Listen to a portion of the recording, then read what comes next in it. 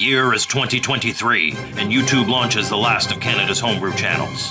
In a freak mishap, Mike's Gaming Gala and its host, Captain Michael Mike Rogers, are guided by the algorithm into a space that freezes his channel analytics and returns Mike Rogers to YouTube 500 years later.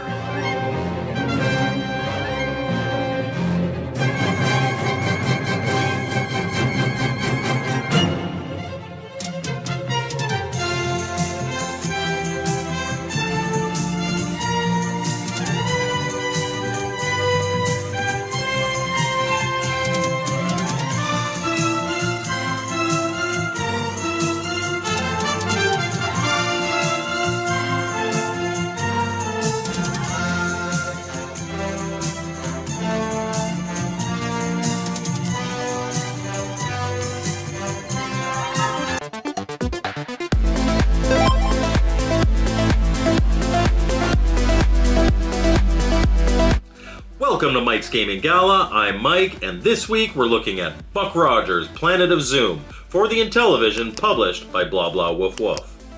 Buck Rogers comes in a professionally printed box with a manual, overlays, and a new injection molded cartridge. This year, Blah Blah Woof Woof's properties were acquired by Intellivision Collector, so if you're looking for this or any of their other titles, Intellivision Collector is the place to go. Is it worth your money though? Let's find out. After the splash screen, you get a simple title menu that prompts you to press 1 for an easy game or 2 for a hard game. We'll play both, but let's start with easy. Starting the game, we see that this is a port of the Sega Arcade Classic, which got ports to many different systems back in the day.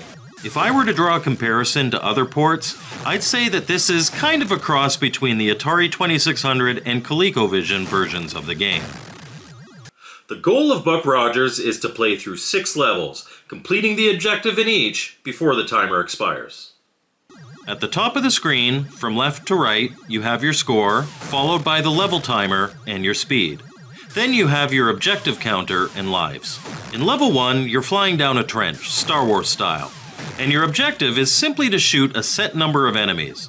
They can come from either in front of you or behind you on the sides, so it's best to stay close to the middle of the screen so that if they do come launching out from behind you, you can dodge them. In all honesty, I found that just staying in the center of the screen is pretty much all you want to do in many of the levels anyway, as it's the best position to attack from.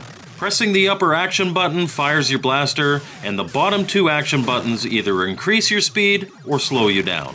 The faster you go, the quicker you may finish any given stage, but all the enemies will be harder to hit. On the easy difficulty, your default speed is 40, but you can go all the way up to 99 if you feel the need. I found that leaving it on the default speed was more than sufficient to eliminate all enemy ships in time. Destroying the requisite amount of flying saucers in time takes you to level 2, which is really just more of the same, albeit on a starfield instead of a trench. This is probably a good time to talk about the only real attack that's made on you in most of these stages, aside from crashing into an enemy: rockets.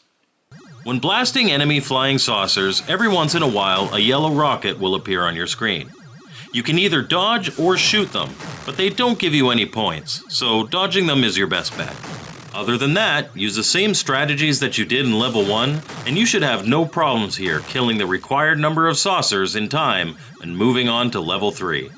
In level 3, we're finally doing something different. You can still shoot saucers, but here your objective is to fly through a set number of reactor pylons. For the most part, this isn't difficult, but enemy ships will get in your way sometimes. If getting through a gate becomes difficult because an enemy is in your way, just fly by it and move on to the next one. Like other levels, you have more than enough time to do what you need to do. Moving on to level 4, it's basically a repeat of level 2.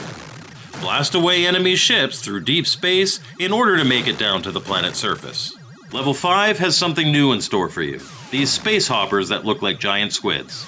They track in on you and can be tough to dodge if you let them get close, so make sure you hit them from afar. At the default speed of 40, I found that the best way to eliminate these guys was, again, to hang out in the center of the screen. and when they come in, wait for them to start moving back after their first lunge. If you time it right, you can get them just as they bounce from one side to the other. On the planet's surface, you'll also encounter more flying saucers, but by now, they shouldn't be any problem. Destroying enough enemies here will get you to level 6, and I'm not gonna lie, this one is tough. Here you battle the alien command ship, which has erratic movements and launches fighter spacecraft at you. You're probably gonna lose a few lives here, especially if it's your first time, but the key is to just blast away, taking out all 4 of its engines, and then destroying the ship itself in the center. Unlike other stages, you don't want to hang around in the middle here. Keep moving around and try to stay to the outside of the command ship in order to pick your moments and dodge its attacks. Successfully passing this level loops you back to stage 1, where you get to do it all again for points. The difference here being that the number of ships you need to destroy has gone up, and space hoppers now join the fray earlier than before. And that's easy mode. I made it to Sector 20, which means I was in my 4th run through of the levels before I, honestly, started to get bored. So my last few lives, I cranked up the speed to 99 just to see how long I'd last before game over. The answer is not too long, but it did make the game a little more exciting. Moving on to hard mode, it really is just the same game, but now the default speed is 50 and you start with less lives. I wish there was more to it than that, but there really isn't. There's no high score table for the game, but on the title menu, your record score is placed prominently in the center of the screen for all to see. And that's Buck Rogers' Planet of Zoom for the Intellivision.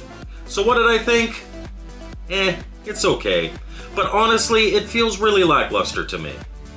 This port of the game is missing a few things, such as enemy fighters joining in with the space hoppers and flying saucers in attack stages, barriers that have to be avoided in the trench, and really just the overall frantic feel that Buck Rogers is supposed to have.